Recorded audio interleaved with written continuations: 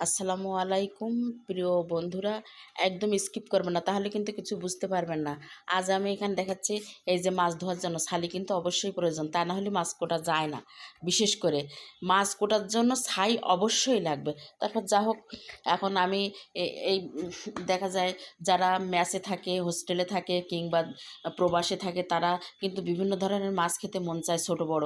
তো তারা কিভাবে পরিষ্কার করবে এই মাছগুলো ধোয়ার পরে? তাই মাছ ধোয়ার পরে দেখেন, পরিষ্কার করার জন্য আমি এখানে মোটা পলিথিন ব্যবহার করেছি। এই যে আটার প্যাকেট আছে কিংবা লবণের প্যাকেট আছে, মোটা ধরনের প্যাকেটগুলো, এতে হাতের নখের কোনো ক্ষতি হবে না। হ্যাঁ, অনেকে দেখবেন যে নখগুলো ক্ষয়ে যায়, হ্যাঁ তার জন্যই।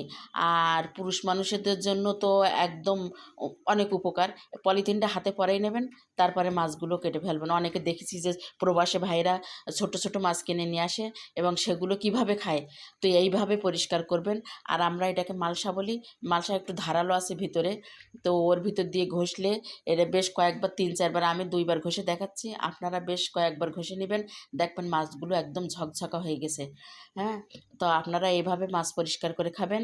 আর ভিডিওটি ভালো লাগলে অবশ্যই শেয়ার দিয়ে দেবেন। আর দেশি প্রবাসী এই হোস্টেলে মেসে যে যেখানে থাকেন ভাই বোনেরা, তারা এই ভিডিওটি ফলো করে অবশ্যই এইভাবে